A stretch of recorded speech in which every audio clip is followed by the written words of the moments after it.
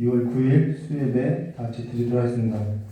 찬송가 410장 부르도록 하겠습니다.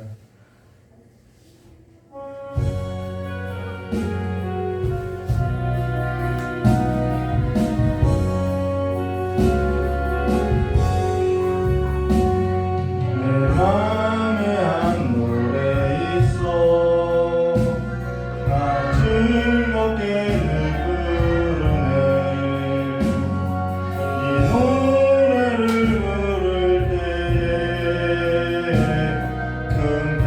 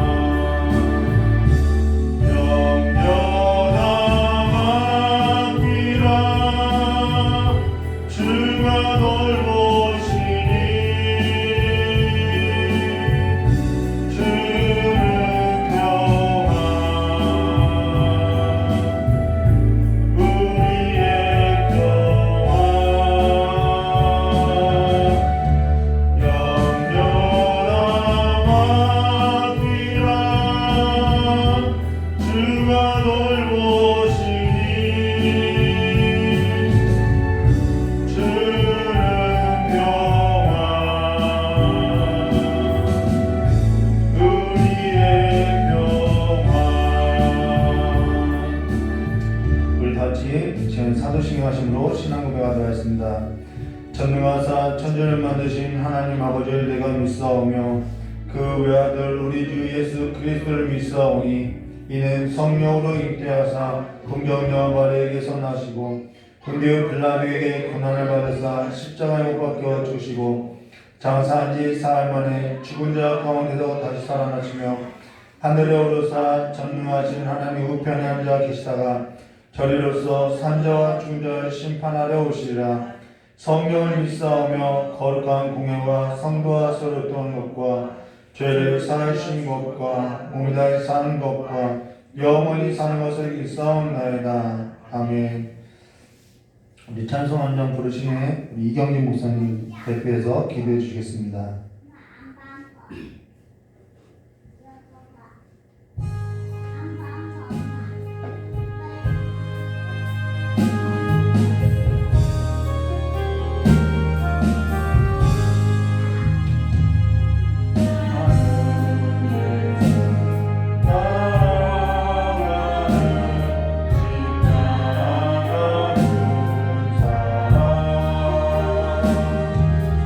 그 이름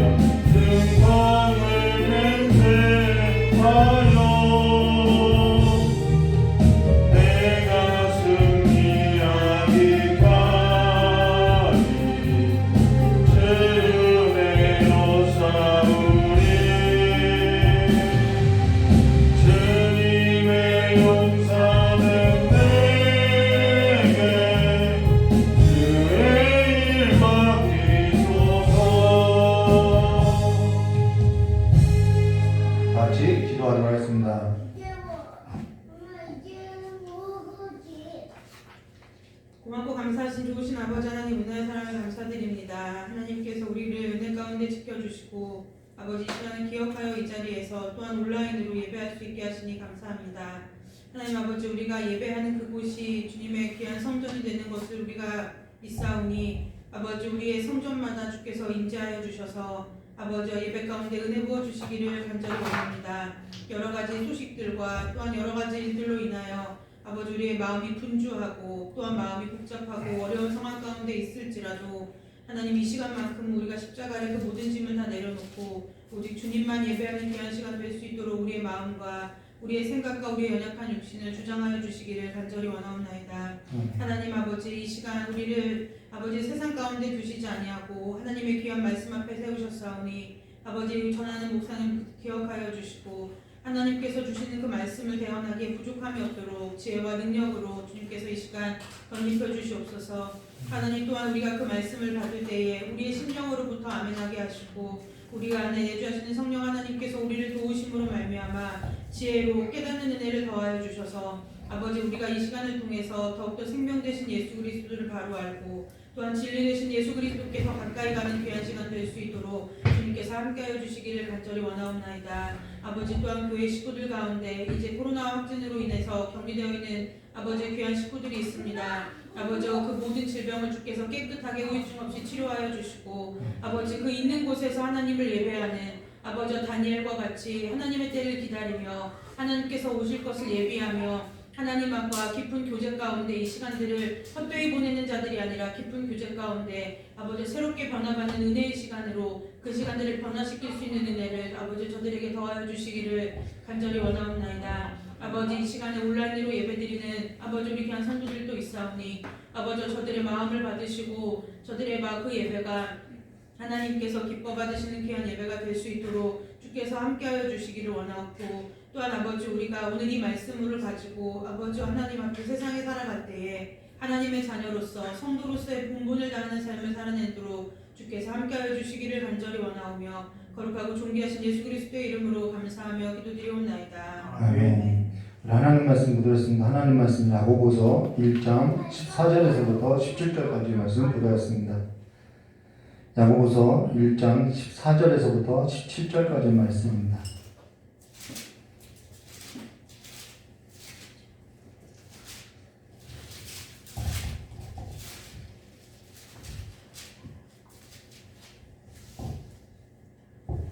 우리 야고보서 1장 14절에서부터 17절까지의 말씀을 함께 야고보서 1장 14절부터 17절이요. 야고보서 1장 14절부터 17절까지 함께 한 목소리로 합독하겠습니다. 오직 각 사람이 시험을 받는 것은 자기 욕심에 끌려 미혹됨이니 욕심이 잉태한즉 죄를 낳고 죄가 장성한즉 사망을 낳느니라. 내 사랑하는 형제들아 속지 말라. 온갖 좋은 은사와 온전한 선물이 다 위로부터 빛들의 아버지께로부터 내려오나니 그는 변함도 없으시고 회전하는 그림자도 없으시니라. 아멘. 참 기도하겠습니다. 고맙고 감사하신 하나님 아버지, 앞을 보지 못했던 자 같던 우리를 하나님의 그 보이지 않는 섭리를 보게 해주셨고 하나님의 그 나라의 영원한 것들을 보게 하셨사오니 이제는 하늘에 간직된 그 부활을 얻고 살아가는 삶이 될 수 있도록 복을 내려주시길 간절히 원하오며 귀하신 예수님의 이름으로 축복하며 기도드리옵나이다. 오늘 13강 바벨론 포로부터 신구약 중간 역사 야고보서 1장 14절부터 17절 말씀으로 욕심에 얽힌 역사라는 제목으로 우리 함께 나누드렸습니다. 사람이 이해관계가 있는데요. 그 사람의 이해관계가 얽히고 복잡하게 되고 또 피해를 보고 또 상처를 입고 하는 그 모든 것이 사실 그 뿌리를 보면은 욕심 때문인 것이죠. 그리고 그 욕심은 곧 우상숭배라고 성경은 말하고 있죠. 그러면 작년 우리가 12월 29일 수요 예배를 끝으로 이 바벨론 포로부터 신구약 중간 역사에서도 설교하던 중 이 북방왕 셀루쿠스 왕조하고 이 남방왕 프톨레마이오스 왕조가 이 멸망하는 시기가 되면서 이 사실 이 가계도가 굉장히 복잡하게 돼서 저도 좀 준비 기간을 가지고자 이 다니엘서를 다시 전에 했던 것을 나누게 됐죠. 이 보면은 처음에는 이렇게 내려오다가 이 멸망해 가면서 사람들의 그 이해관계가 복잡해지는 것을 우리의 인생 가운데서도 찾아볼 수 있듯이 이 나라의 일도 마찬가지라는 것입니다. 그래서 좀 그것이 너무 복잡해서 좀 연구하는 기간을 가졌는데요. 다시 지금 시작하려고 하는데 사실 간략하게 전할 수 있으나 너무 간략하게 전하면은 전할 내용이 없고 또 너무 상세하게 전하게 되면은 이것보다도 훨씬 더 이렇게 복잡한 내용들이 많아서 사실 어느 정도까지 전해야 할지 가늠할 수 없었는데요. 4주 동안 신구약 중간 역사를 시간을 가지고 반복해서 계속 묵상하던 중에 조금 가닥이 잡히더라는 것이죠. 그래서 우리가 사실 어디까지 봤냐면요, 이 프톨레마이에서 이 8세까지 봤다는 것입니다. 그래서 오늘은 여기까지 마무리 다 보도록 할 것인데요. 남방왕 프톨레마이에서 8세하고 안티오코스 이 7세가 어딨죠? 7세까지 우리가 지난 시간에 다 보았는데, 그리고 이때 당시 유다 땅에는 요한 힐카누스라는 사람이 살았는데 우리가 기억나지 않을 것 같아요. 저도 계속 뒤적뒤적 찾아봤는데요. 아무튼 그것에 관해서 간략하게 설명하고 우리 이제 본론으로 들어가도록 하겠습니다. 하스몬 왕조에 있어서 언급하면요, 주전 167년 북왕국 이 안티오코스 3세가 3세 아들 이 셀레우쿠스 4세가 죽고 그의 동생 안티오코스 이 4세가, 안티오코스 잘 따라오셔야 돼요. 안티오코스 4세가 즉위하고 나서 남방왕 프톨레마이오스 6세, 여기 있죠? 남방왕 프톨레마이오스 6세하고 전쟁을 하게 되는데 이때 로마가 개입해서 이 안티오코스 4세가 뒤로 물러나게 된다는 것입니다. 근데 이때 이 안티오코스 4세가 뒤로 물러가면서 어떠한 일이 있었냐면은 당시 예루살렘에는 야손이라는 사람이 있었는데 이 야손이 안티오코스 4세가 임명했던 대제사장 메넬라우스를 처형하고자 저항했고, 이때 안티오코스 4세는 안 그래도 기분이 좋지 않았는데 예루살렘을 돌아가는 길에 자신이 임명한 그 대제사장 메넬라우스를 저항했다는 소식이 자기에게 반격했다라는 별명을 주어서 예루살렘을 공격하게 된다는 것입니다. 그래서 이 안티오코스 4세는요, 성경의 적그리스도로서 이렇게 대표하는 인물이라는 것이죠. 그리고 이 안티오코스 4세가 할례를 금하고 또 안식일을 금하고 이 제우스 신상을 성전 신전에 세우고 가증한 짐승으로서 성전을 더럽게 했는데요. 그러면서 계속해서 이 박해가 시작되죠. 그때 모데인의 이것도 이거는 이제 유다 마카비 그 혈통을 말하는데요. 이때 모데인 이 마따디아스라는 사람이 봉기를 일으킨다는 것입니다. 그것이 마카비 혁명이고 하스모니 왕조를 이제 설립하게 되는 거겠죠. 근데 이듬해 이 마타디아가 죽고 주전 666년에 이 마타디아스의 셋째 아들, 순서가 잘못된 거예요. 셋째 아들 유다 마카비가 계승을 하게 된다는 것입니다. 그러면서 안티오코스 4세가 그들의 반란을 진압하려고 군대를 보내는데 주전 164년에 갑자기 이 안티오코스 4세가 사망하게 된다는 것입니다. 그러면서 예루살렘에 포위했던 리시오 장군이 당시 메넬라우스 대제사장을 끌고 처형하고 안티오코스 4세의 아들 이 안티오코스 5세가 어린 나이에 즉위하고 이 리시오스라는 장군이 권력을 행사한다는 것이죠. 근데 안티오코스 3세가 이 안티오코스 3세가요, 로마하고 전쟁을 할 때 불무로 안티오코스 4세가 잡혀 있었다는 것입니다. 그러면은 그가 왕이 되었다고 하면은 그의 형이 죽었을 때 대신 로마의 볼무로 잡혀갔던 사람이 누구냐면은 그의 형인 아들인 데메트리우스 1세가 로마의 볼무로 잡혀가게 되어 있었던 것이죠. 근데 실권을 잡은 리시오스 장군이 이 안티오코스 5세하고 힘을 합쳐서 리시오스 장군이 이제 실권을 행사하는데 이 리시오스 장군이 실은 이게 마음에 들지 않았던 그 사람들이 이 데메트리오스, 이 볼모로 잡혀 있었던 데메트리오스가 로마에서 온다는 소리를 듣고 다 이쪽으로 몰리게 된다는 거예요. 그래서 이 셀레우쿠스 왕조가 이제는 갈라지게 된다는 것이죠. 내전이 일어나게 된다는 것입니다.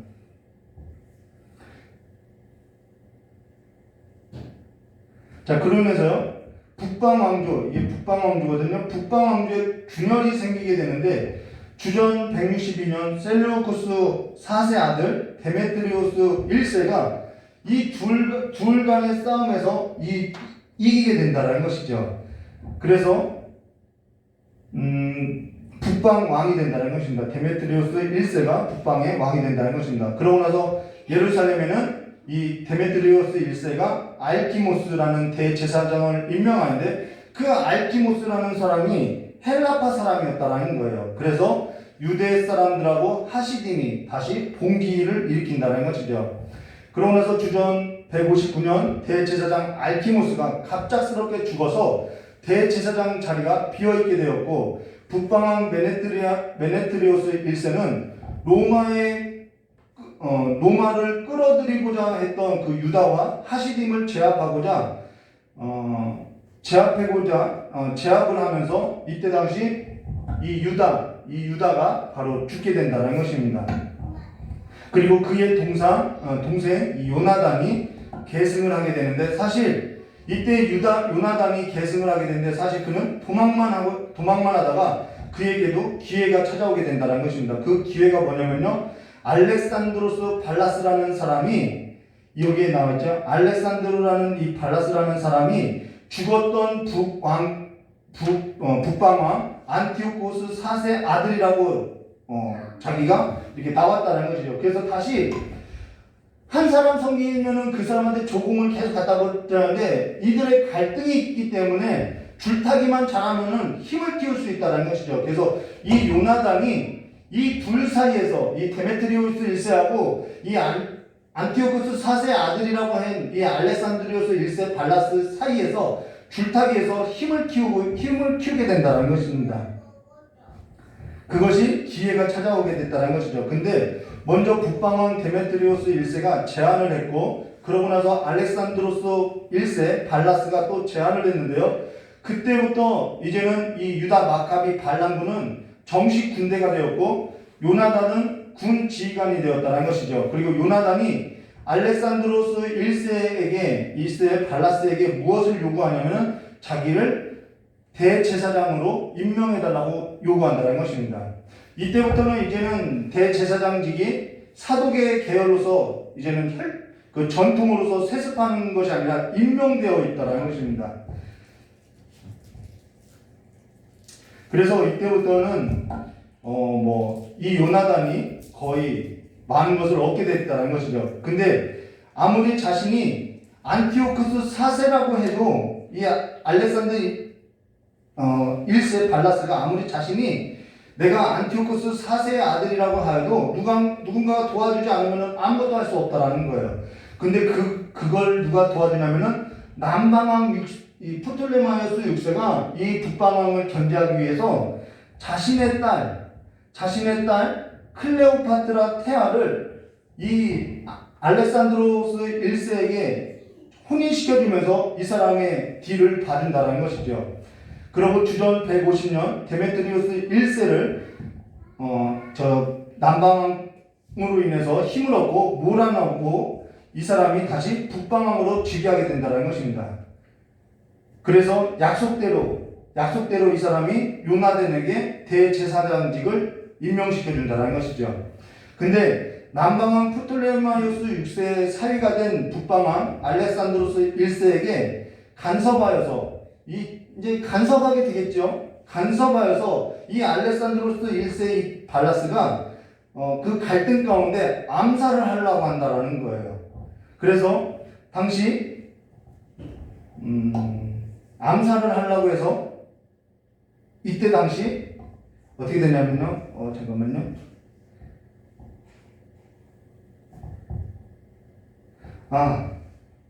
이때 이 안티오쿠스하고 이 사람하고 이 데메트리오스 1세하고 싸웠는데 이때 싸울 때 데메트리오스 2세가 피신해 갔는데 그 피신했던 북방왕 데메트리우스 1세 아들 데메트리우스 2세에게 이 남방왕 프톨레마이오스 6세가 자기의 딸을 이 사람한테 줬는데 이 사람한테 다시 데메트리우스 2세에게 자기의 딸을 줘서 힘을 실어줘서 이렇게 겨루게 한다는 것이죠. 그래서 자기의 딸을 알렉산드로스 1세 발라스에게 줬다가 다시 데메트리우스 2세에게도 이혼시켜서 다시 주었다는 것이죠.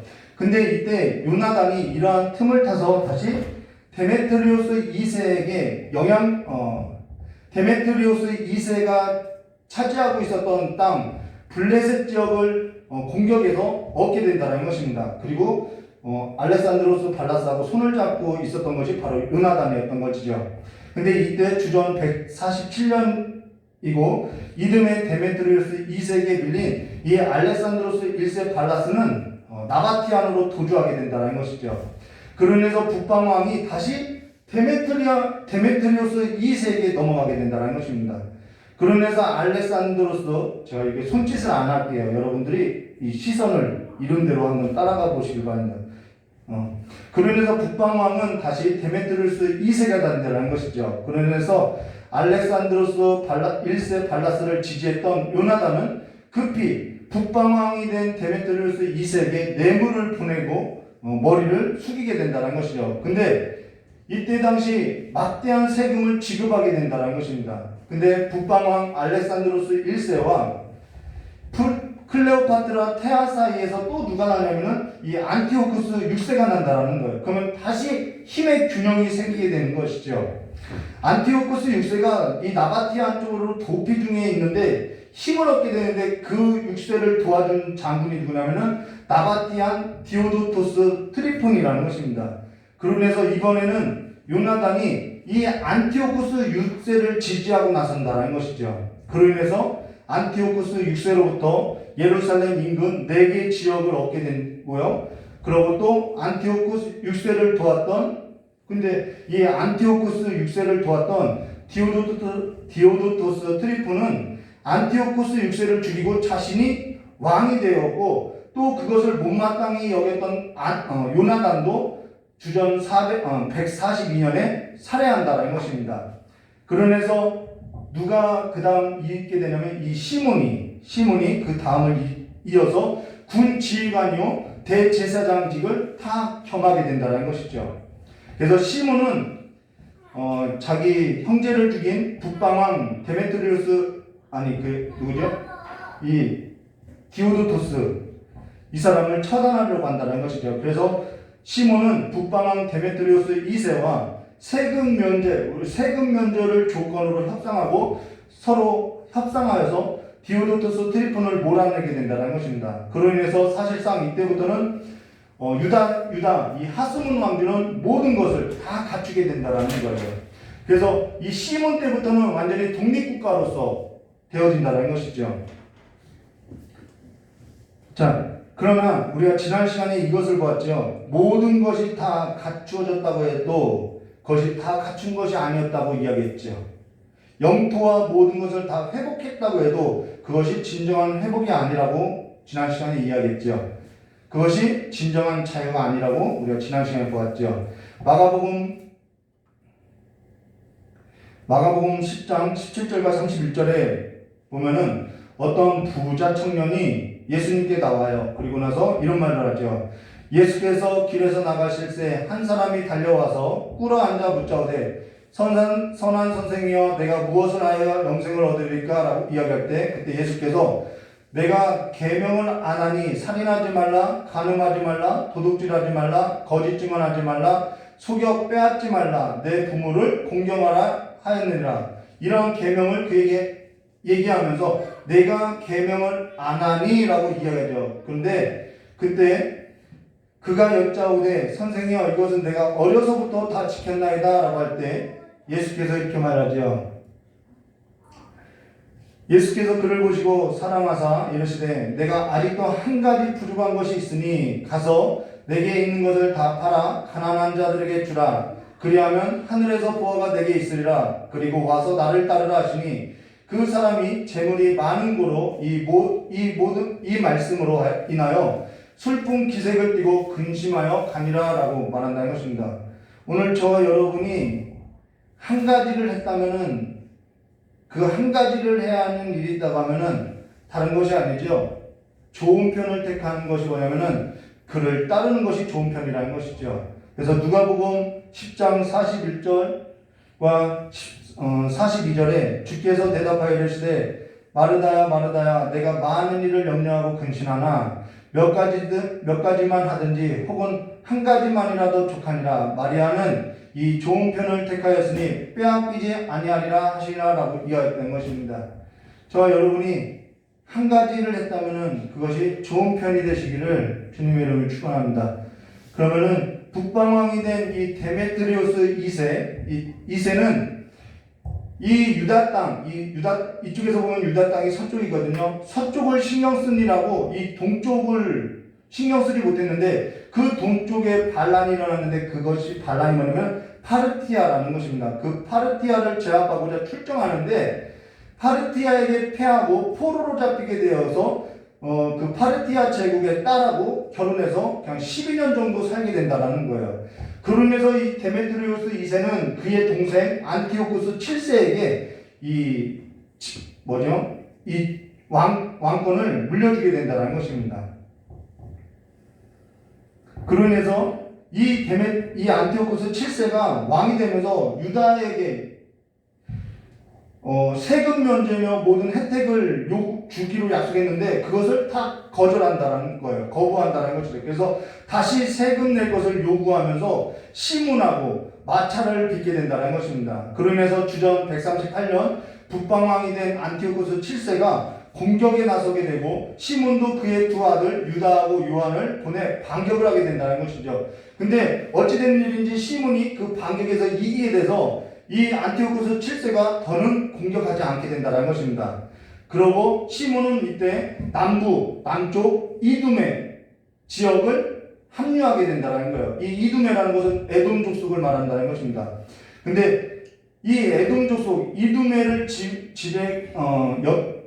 영향권을 행사했던 사람이 누구냐면 프톨레마이오스인데 이게 이두메 사람인데 그와 정략 결혼을 하여서 그 사람을 이 이두메 지역을 이렇게 합류하게 된다는 것이죠. 근데 이 프톨레마이오스는 욕심이 많은 사람이었어요. 그래서 시몬을 이용해서 자기가 왕이 되고자 했다는 것이죠. 그래서 시몬을 연회를 열어서 그를 불러서 그를 죽이게 했다는 것입니다. 근데 그때 당시 게셀에 있던 그 요한, 그 시몬의 아들 중 하나가 살아있어가지고 예루살렘을 장악하고 시몬을 이어서 통솔권자로서 계승하고 그가 바로 우리가 지난 시간에 보았던 요한 힐카누스라는 것입니다.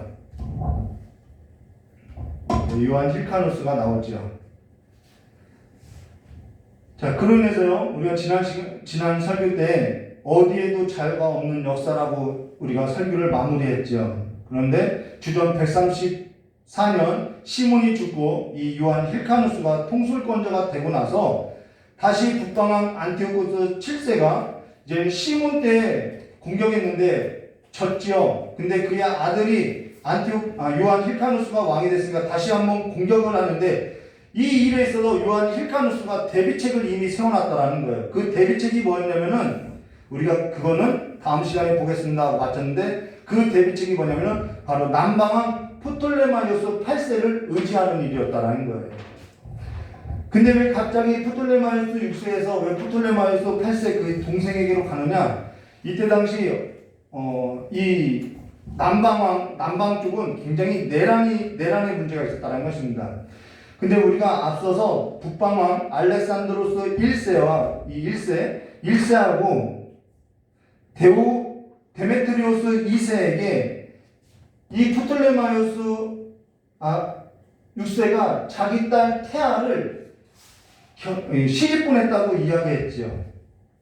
테아를 준 그 남방왕이 누구냐면 프톨레마이오스 6세인데 지금 그의 동생 프톨레마이오스 8세가 지금 남방의 왕이 되어 있다는 것은 이건 내분이 일어났다는 것입니다.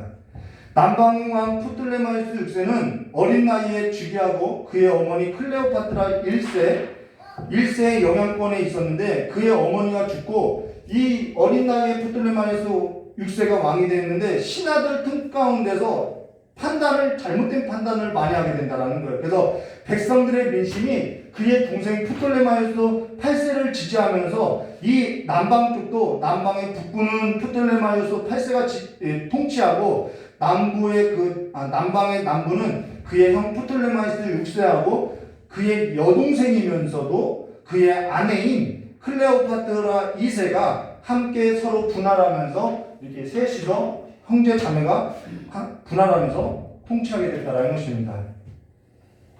근데 이때 로마가 개입하면서 남방왕 프톨레마이오스 6세를 지지해주면서 이 프톨레마이오스 8세는 서쪽으로 쫓겨나게 되는데, 그러고 나서 프톨레마이오스 6세가 다시 그 동생하고 화해하고자 자기의 딸 클레오파트라 3세를 혼인시킨다라는 거예요. 그러던 중에 주전 145년 남방왕 프톨레마이오스 6세가 죽고 그의 아들 프톨레마이오스 7세가 이제는 즉위하게 되는데, 이때 그의 어머니 클레오파트라 2세가 자기하고 자기 아들의 목숨을 이 세 명이서 정권을 나눠놓기 때문에 이 프톨레마이오스 7세하고 클레오파트라 2세는 자기 목숨을 보존하기 위해서 누구랑 결혼하냐면은 프톨레마이오스 8세하고 또 결혼한다라는 거예요. 이거는 어머니하고도 결혼하고 딸하고도 결혼하는 문제 있는 일이죠, 당시에는. 그래서 이때 당시에도 이것을 이해하지 못했다라고 이야기하고 있다라는 거예요. 그러나 권력을 나눌 생각이 없었던 프톨레마이오스 8세는 자기 조카 프톨레마이오스 7세를 암살하고 그 충격으로서 클레오파트라 2세는 프톨레마이오스 8세를 공격하고, 프톨레마이오스는 자기 아내죠. 근데 또 딸이죠. 근데 클레오파트라 3세를 데리고 피신했다가 힘을 모아서 다시 클레오파트라 2세를 공격해서 프톨레마이오스 8세가 즉위하게 된다는 것이죠. 근데 그때 이러한 상황에서 요한 힐카누스가 도움을 청했고 애굽을 의지했다라는 거예요. 그것이 도움이 되지 않는다라고 이야기하는 것이죠. 그래서 이사야서 30장 1절과 20절에 애굽을 의지하는 그 이스라엘 백성들의 패역함에 있어서 지적을 하고 있는데, 이사야서 31장 1절과 3절에 이렇게 말하고 있죠.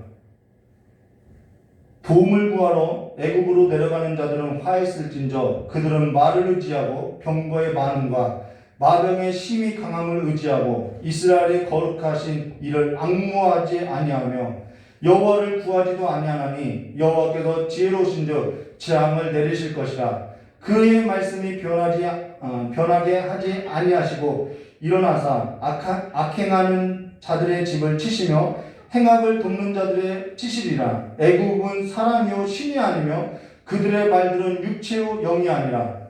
여호와께서 돕는 자도 넘어지며 도움을 받는 자도 엎드려져서 다 함께 멸망하리라 라고, 도움을 받든 도움을 주든 다 멸망할 것을 말해주죠. 상한 갈대를 의지하는 것을 말해줬다는 것입니다.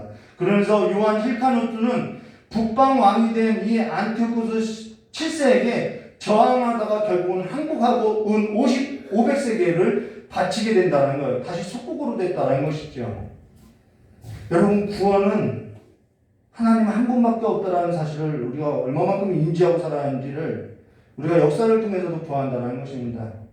그러고 나서 주전 128년 동쪽 이 안티오쿠스 7세는 동쪽 파르티아를 출정하는데, 이때 이 안티오쿠스 7세가 파르티아를 출정하고자 했는데 그때 포로로 잡혀있던 그의 형 데메트리우스 2세를 풀어주면서 다시 데메트리우스 2세하고 안티오쿠스 7세하고 권력의 싸움으로서 싸우게 되어서 이 안티오쿠스 7세가 전사하게 된다는 거예요.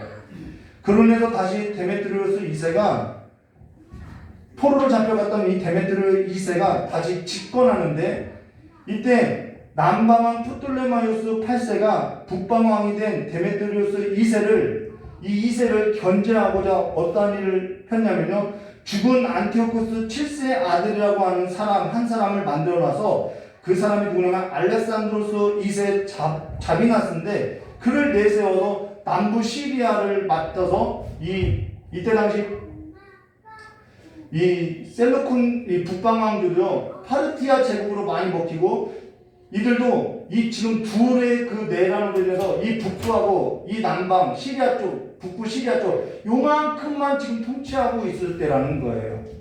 그만큼 세력이 약해질 때라는 것이죠. 그래서 데메트리우스 2세가 다시 집권하는데 남방왕 프톨레마이오스 8세가 북방왕이 된 데메트리우스 2세를 견제하고자 죽은 안티오코스 7세의 아들이라는 사람을 내세워서 그를 견제하여서 이 남부 시리아 지역을 다스리게 하고 다시 집권한 북방왕 데메트리우스 2세를 몰아내는 데 성공한다라는 거예요. 그래서 이렇게 쪼개진다라는 것이죠. 여기 주목할 것이 뭐냐면요. 이제는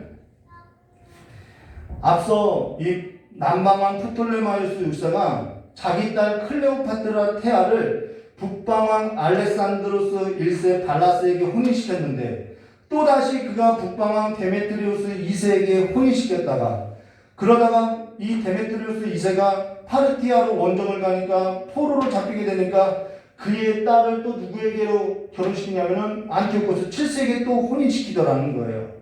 그러면은 이들의 아들이 다 뭐가 되냐면은 한 엄마 아래서 다 자녀들이 이제 엄마만 다른 거죠. 아빠만 다른 거죠. 다 왕들을 하고 다 권력을 가지고 싸우게 된다는 것입니다. 우리가 그것은 뒤에 가서 좀 남방 왕에 있어서도 좀 언급하겠는데요. 이때 북방왕뿐만 아니라 남방왕도 이러한 내란과 이러한 분쟁으로 굉장히 얽히고 설키고 혼란하게 된다는 거예요.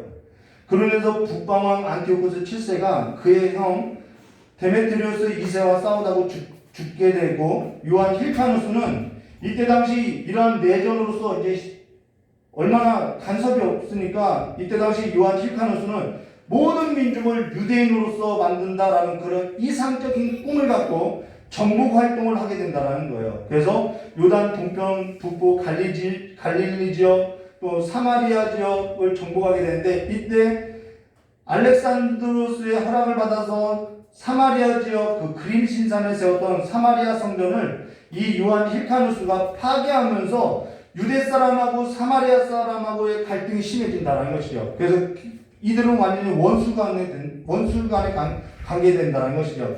그리고 남쪽 지역에 사는 이두메 사람을 편입하는데 그때 당시 편입할 때 혼인 관계가 아니라 이때는 너희들이 할례를 행하든지 아니면 여기서 떠나라고 한다라는 거예요. 둘 중에 하나를 선택하라는 것이죠. 근데 이 이두메 사람들이 할례를 행한다라는 거예요. 그래서 그들과 함께 정착해서 살아가는데 여기서 누가 나오면은 훗날 헤롯 대왕이 나온다는 거죠. 그 헤롯 대왕이 이두메 사람이라는 것입니다. 그러고 서쪽 블레셋 지역을 병합한다는 것입니다. 요한 힐카누스는 이때 당시 용병을 사서 주변 나라들하고 전쟁을 했고 용병을 사서 그 전쟁 비용을 충당해야 하는데 충당할 방법이 없어서 어떻게 되냐면은 왕의 무덤을 도굴했다라고 이야기하고 있죠. 그러나 사실 요한 힐카누스는 왕조에 별로 관심 없어요. 왜냐하면 그가 그의 조상들도 아니거든요. 그러나 이 일로 인해서 어떠한 일이 벌어지냐면 하시디 왕조와 그와 함께 같이 투쟁을 했던 하스모니 왕조하고 그때 같이 투쟁했던 하시딘 이 경건주의자들하고 갈라지게 되는데 여기서 갈라질 때 어떻게 했냐면 사두개파는 하스모니 왕조의 권력에 붙어서 그냥 현세 유지를 한다는 거예요. 그것이 사두개파가 되는 것이죠. 그러나 바리새파는 전통과 율법을 중시하기 때문에 왕의 무덤까지 도굴하는 그 하스모니 왕조에 있어서 굉장히 비난하게 된다는 것입니다. 그래서 사두개파하고 바리새파가 이때 갈등하게 된다는 거죠. 그래서 앞으로는 서로 학살도 하고 치고받고 싸운다는 것입니다. 그러다가 주전 104년 요한 힐카누스도 죽고 후계자를 지목해야 하는데 그가 지목하지 않고 이 요한 힐카누스가 어떻게 하냐면은 그의 아내하고 그의 아들 아리스토블루스에게 공동으로 섭정하게 한다는 거예요. 근데 우리가 알고 있듯이 서로 마음이 좋으면은 좋겠지만은 이 아리스토블루스라는 사람은 아들이지만은 굉장히 욕심이 많은 사람이라는 거죠. 그래서 자기 엄마 자기 엄마를 어떻게 했냐면은 이 요한 힐카누스의 아내죠. 자기 엄마를 감금시켜 버리고 굶겨서 죽인다라는 거예요. 그리고 그의 형제들도 잡아다가 감금시켜 놓는다는 것이죠. 거의 끝나가요. 좀 힘들죠. 그래서 요한 힐카누스 아내가 감금 중에 굶어 죽게 되었고 아리스토블루스 1세가 혼자 집권하게 되는데 이때 아리스토블루스가 자기를 왕이라고 불러달라고 이야기한다. 왕이라고 칭호하라고 붙이게 된다는 거예요. 그로 인해서 이때부터는 왕과 대제사장을 겸할 수 있게 됐다는 것입니다. 그래서 이러한 일들이 이 신약이 있기 전에 이러한 일들이 이 신구약 역사 가운데서 일어나게 된다는 것이죠. 그리고 북부 갈릴리 지역하고 이두레 지역을 편입하면서 그의 아버지가 사용했던 할례를 항하라고 하고 율법을 강조했다는 것입니다. 여기 북부 갈릴리 지역은 어디냐면은 마가복음 5장 1절과 20절에 군대 귀신 들린 자 그 거라사 지방이 바로 북부 갈릴리 지역이라는 것입니다. 근데 이 아리스토블루스 1세가 독단적인 행보를 함으로 인해서 주변 사람들이 서로 눈치 보게 된다는 거예요. 근데 이 아리스토블루스가 좋아하는 사람이 있는데 그의 동생 안티오쿠스를 좋아했다는 거예요. 그 사람만 가두지 않았다는 거예요. 근데 사람들이 이제 안티오쿠스가 반란을 꾀한다라고 거짓 소문을 퍼뜨리면서 이제 아첨을 했다는 것이죠. 근데 이 아리스토블루스도 병상에 있어가지고 잘못된 판단을 하고 이 안티고누스를 처형시키고 그 죄책감에 사로잡혀서 죽게 된다는 것입니다. 그리고 아리스토블루스 1세가 죽고 나서 그의 아내인 알렉산드로스 살로메에게 왕으로서 그 통치권을 이렇게 주어지는데 이 알렉산드로스 살로메라는 이 여자는 왕이 될 수 있지만은 대제사장은 될 수 없다라는 거예요. 그래서 대제사장이 될 수 없어서 함께 옥에 갇혔던 이 아리스토블루스가 다 가둬놨다 했죠. 가둬놨던 자기 형제 알렉산드로스 안네우스를 석방해서 대제사장으로 임명하고 그와 혼인한다는 것입니다. 이게 여기서도 이제 문제가 이들이 얼마나만큼 세속화되어 있는지 그리스도화됐는지 알 수 있다는 것이죠. 그래서 알렉산드로스 안네우스하고 혼인하게 되는데요. 이것이 율법을 준수하고 전통을 중시하는 바리새인들에게는 굉장히 비난의 일이 됐다는 것이죠. 물론 형이 후사가 없이 죽으면은 그의 동생이 이렇게 기업물을 일을 할 수 있어요. 근데 레위기 21장 13절과 15절의 말씀에 보시면은 그는 이게 대제사장 규례거든요. 안 써놨네요. 봉독해 드릴게요. 레위기 21장 13절과 15절 말씀 보시면은 그는 처녀를 데려다가 아내를 삼을지니 과부나 이혼당한 여자나 창녀짓을 하는 더러운 여인을 취하지 말고 자기 백성 중에서 처녀를 취하여 아내를 삼아 그의 자손이 그의 백성 중에서 속되게 하지 말지니 나는 그를 거룩하게 하는 여호와임이라 라고. 이것이 제사장이 지켜야 할 규례라는 거예요. 그러면서 이 바리새인들하고는 바리새파 이 율법과 전통을 지키는 자들하고는 더욱더 사이가 멀어지게 된다는 것이죠. 그로 인해서 알렉산드로스 안네우스는 불만의 세력을 어떻게 하냐면 불만의 세력이 있으니까 불만의 세력을 돌리기 위해서 중부 지역을 공격하게 되는데 이 중부 지역이 공격을 받으면서 이 중부 지역에 살았던 이들이 남방왕에게 도움을 청하게 된다는 것입니다. 그래서 오늘 그 남방왕 앞서서 언급했듯이 이 북방왕이 이러한 혼란기를 겪고 있는데 이 남방왕에도 이러한 혼란기가 있다고 나중에 설명한다는 것을 좀 설명해 드리면요. 남방왕 프톨레마이오스 6세하고 그의 아내 클레오파트라 2세와 그의 동생 프톨레마이오스 8세가 나누어서 서로 집권을 하다가 프톨레마이오스 6세가 죽으면서 그의 아들 프톨레마이오스 7세가 즉위하나 목숨을 얻고자 클레오파트라 2세가 프톨레마이오스 8세하고 혼인하게 된다는 것입니다. 근데 프톨레마이오스 8세는 그 통치권을 나눌 생각이 없어서 그의 조카였던 프톨레마이오스 7세도 죽이고 그의 형수였던 프톨레마이오스 2세도 죽인다라는 거예요. 그리고 화해의 목적으로 프톨레마이오스 6세가 화해의 목적으로 그의 딸을 클레오파트라 3세를 결혼시키게 되는데 이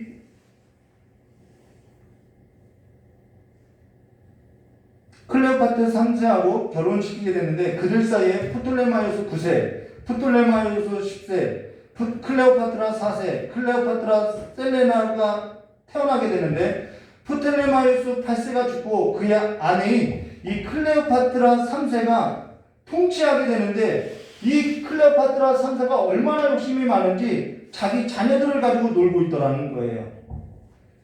그래서 두 아들을 두고 실권을 행사하고 있었다는 것입니다. 주전 118년에서 110년까지는 프톨레마이오스 9세에게 왕권을 줬다가 그 다음에는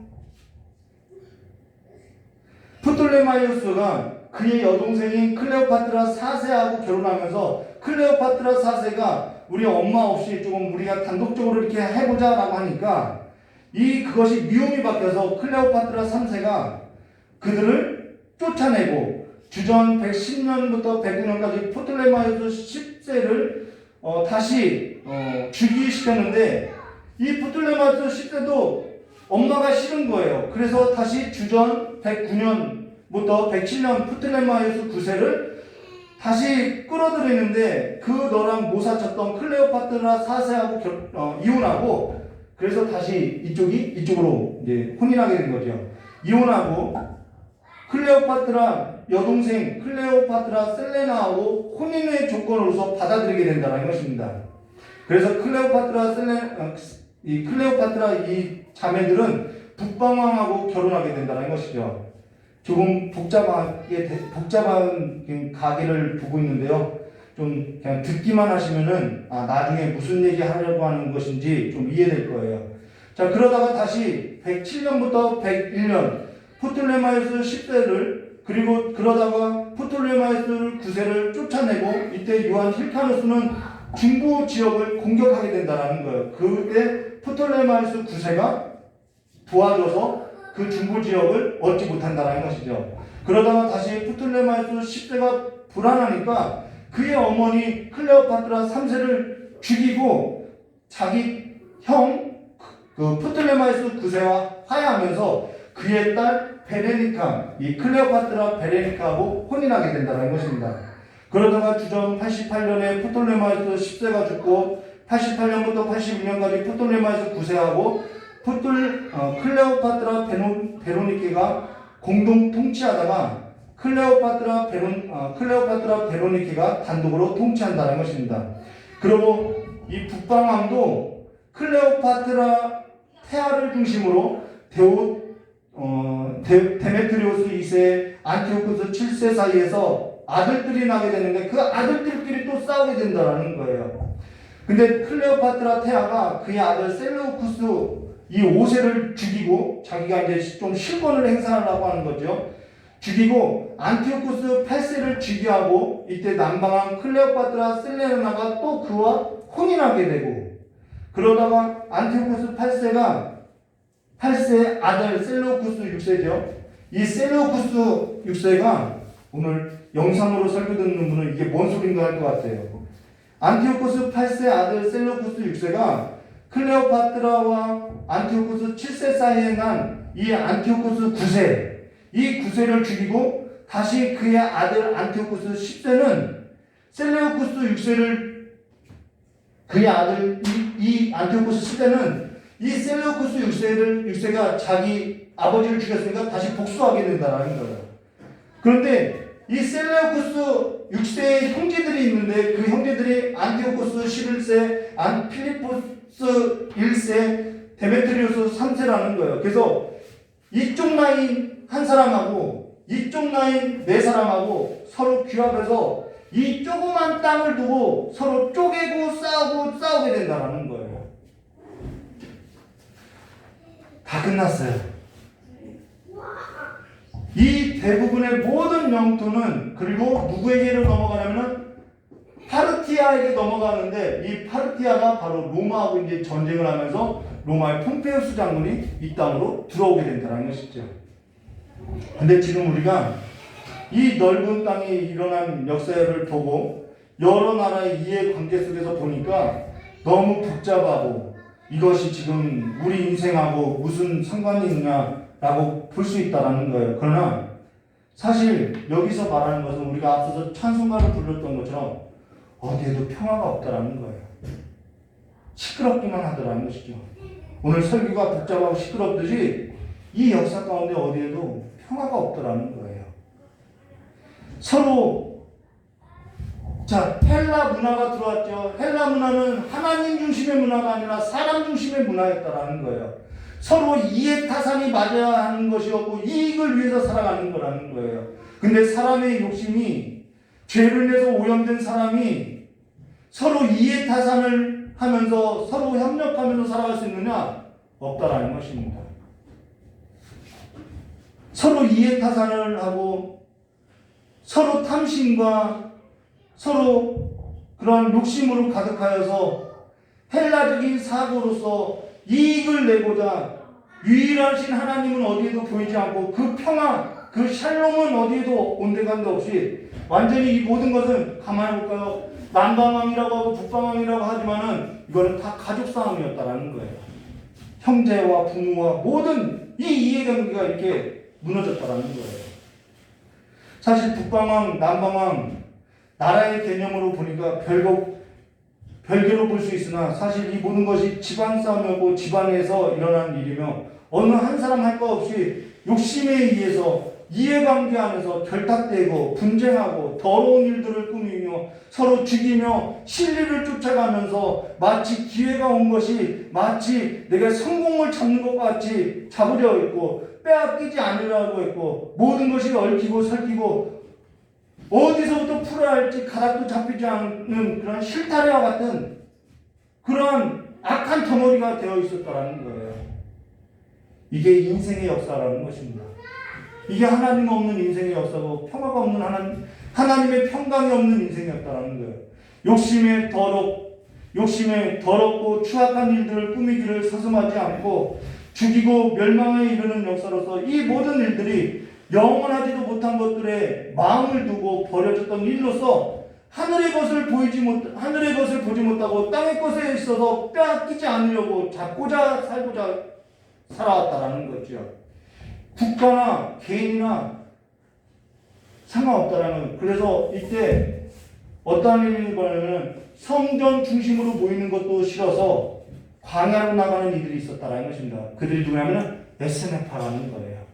그 광야로 나간 사람 중에 한 사람이 누구냐면 세례요한이었다라는 것입니다. 누가복음 2장 11절과 14절 오늘 다윗의 동네에 너희를 위하여 구주가 나셨으니 곧 그리스도 구주시라. 너희가 가서 강구에 쌓여 부위에 있는 아기를 보리니 이것이 너희에게 표적이니라 하더라. 호련히 수많은 천군이 그 천사와 함께 하나님을 찬송하여 이르되 지극히 높으신 곳에서는 하나님께 영광이요 땅에서는 하나님이 기뻐하신 사람들 중에 평화로다 하리라 라는 이 평화가 선포되었다라는 거예요. 이러한 역사 가운데서 선포되었다라는 것입니다. 오늘 우리에게 이 평화가 임했냐는 거죠. 지극히 높으신 곳에서는 하나님께 영광이요 땅에서는 하나님이 기뻐하시는 사람 중에 평화로다라는 이 기쁨이 있냐는 것이죠. 하늘을 바라보지 못한 이들에게 있어서 하늘을 보게 하시고 눈을 열어주시고 하나님의 영광이 들려지게 하시고 하나님의 평강을 가지고 살아갈 수 있음을 우리에게 선물로 주셨음을 말해줬다는 것입니다. 오늘 저와 여러분에게 부자 청년이 했던 그 질문이 하나님의 음성이 우리 가슴 속에 들려져야 하는 것이죠. 예수께서 그를 보시고 사랑하사 이르시되 내가 아직도 한 가지 부족한 것이 있으니 가서 내 모든 것을 다 팔아 가난한 자에게 주라. 그리하면 하늘에서 보화가 되게 있으리라. 그리고 와서 나를 따르라 하시니 그 사람이 재물이 많은 고로 이 말씀으로 인하여 슬픈 기색을 띠고 근심하여 가니라. 라고 했던 이 일에서도 좋은 편을 택하는 것이 뭐냐? 내게 있어서 그 한 가지를 바라는 삶이 뭐냐? 예수를 따르는 삶임을 말해줬다는 것입니다. 그리고 그 부자 청년도 계명을 알았다라는 거예요. 계명을 모르는 자가 아니라 계명을 알았다라는 것입니다. 오늘 저와 함께 나눈 이 말씀 보고 듣고 먹었던 이 내용의 구조는 다 이해하지 못해도 돼요.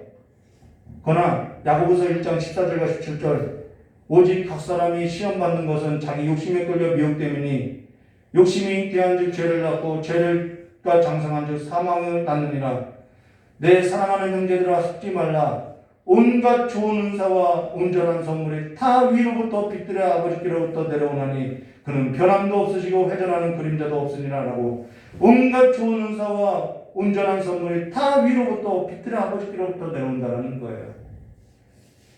그분하고 평화를 누리시고 그분께 영광을 드리는 삶이 되시기를 주님의 이름으로 축원합니다. 마가복음 4장 13절과 20절 씨 뿌리는 비유가 있죠. 끝에 것만 보면은 이렇게 말씀하고 있어요. 또 어떤 이가 가시떨기에 뿌려진 자니 이들은 말씀을 듣지 못한 자가 아니요 말씀을 듣기는 하되 세상의 염려와 재물의 유혹과 기타 욕심에 들어와 말씀이 막혀 결실하지 못하게 되는 자요. 이것이 예수님 오시기 전의 역사였다는 것입니다. 좋은 땅에 뿌려졌다는 것은 곧 말씀을 듣고 받아 30배, 60배, 100배의 결실을 하는 자니라라고 이야기하고 있죠. 저 역시 이해관계가 복잡할 때가 있었고 피해의식 가운데 사로잡혀서 내가 이들과 같이 피해당하고 내가 밟고 일어서려고 했고 또 거기서 상처를 받았고 살았던 삶으로서 저 자신도 욕심에 이끌려서 사망 가운데 갇혀서 살았던 삶이 있더라는 거예요. 그것이 좋은 편을 택하여서 사는 것인 줄 알았다는 것입니다. 근데 좋은 편을 택하여서 살아가는 법을 몰랐다는 것이죠. 오늘 좋은 편을 택하여 사는 성도로서 열매 없는 자로 사망 아래서 갇혀서 멸망하지 마시고 죽기로 나와서 주와 함께 영원한 영광의 소망을 두고 위의 것을 사모하며 세상이 가져다 줄 기쁨과 즐거움과 평화가 아니라 주님과 평화를 누리시기를 주님의 이름으로 축원합니다. 같이 기도하도록 하겠습니다. 고맙고 감사하신 하나님 아버지, 우리의 이 복잡한 인생 가운데 이제는 우리의 마음에 주님께서 찾아오셨사오니 주님과 평화를 누리며 날마다 주님과 함께 먹고 마시고 마시는 그 삶으로부터 세상이 가져다 줄 수 없는 가장 놀라운 하나님의 영광의 그 평강이 우리의 삶 가운데 가득 넘쳐나게 해주시길 간절히 원하오며 기어하신 예수님의 이름으로 축복하며 기도드리옵나이다. 우리 찬송한장 부르신 후에 깨달은 말씀 붙들고 기도하고 돌아가도록 하겠습니다.